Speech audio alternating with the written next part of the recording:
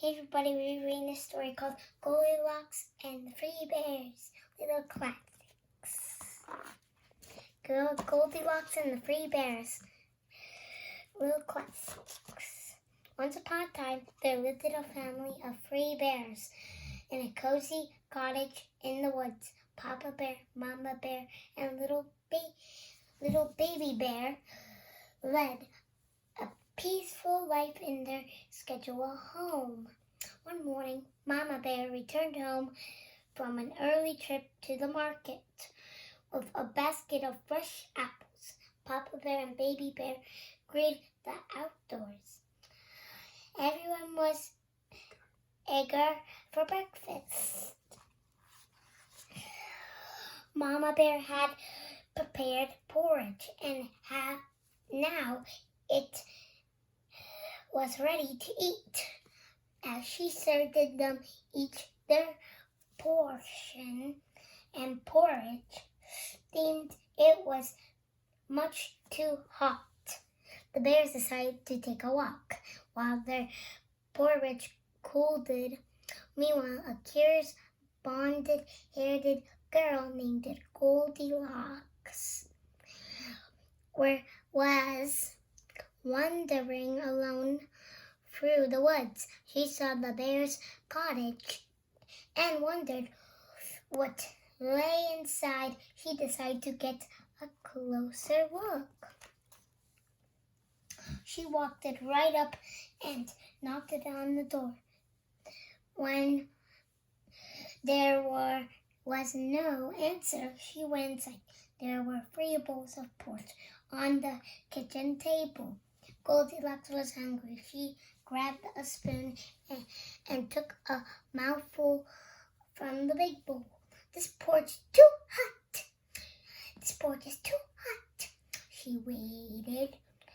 She moved to the second bowl, which wasn't any better. This porridge is too cold, she complained.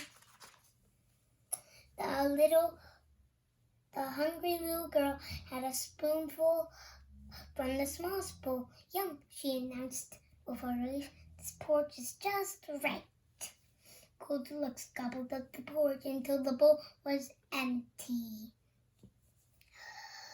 Next, Goldilocks wandered into a cozy living den and saw 3 chairs. A book lay on the biggest chair, a basket of yarn and knitting needles were beside the middle-sized chair, and there were some toys on the floor next to the smallest chair of all. After having wandered through the woods, Goldilocks had eager to rest her tired feet. Goldilocks climbed onto the biggest chair with great difficulty. This chair is too high, she said. My feet don't even touch the ground. Next, she tried sitting on the medium-sized chair. It looked like it would be better fit, also more ladylike, but it was no good either. Oh dear, this chair is also too big, she sighed. She tried to find a comfortable spot.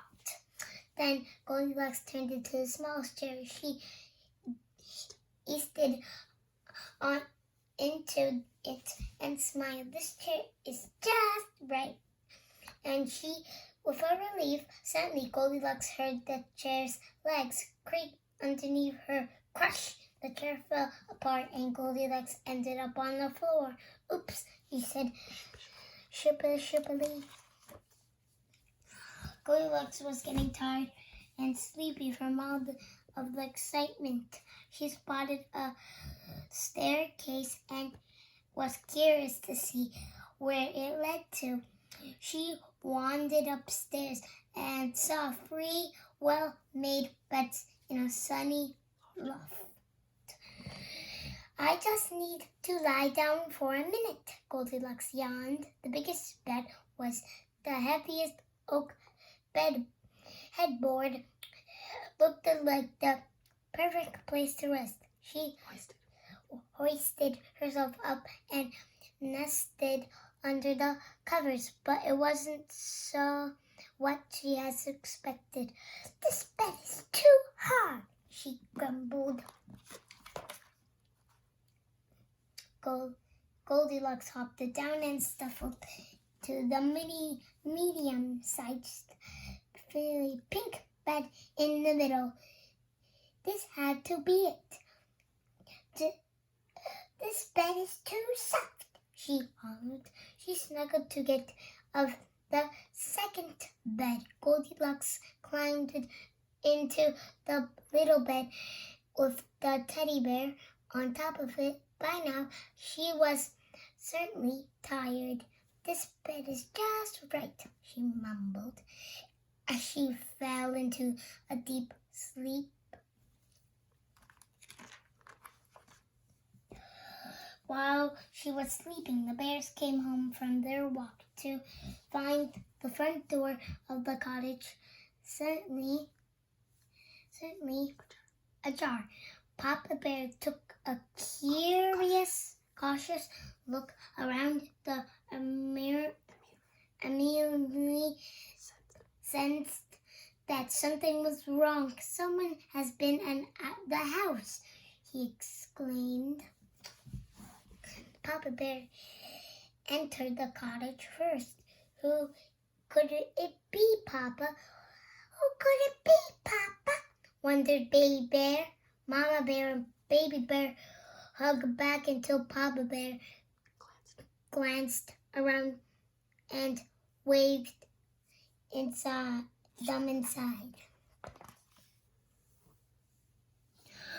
Mama Bear rushed into the kitchen. She gasped when she saw the sloppy porridge bowls on the table. Someone has been eating my porridge," she shrieked.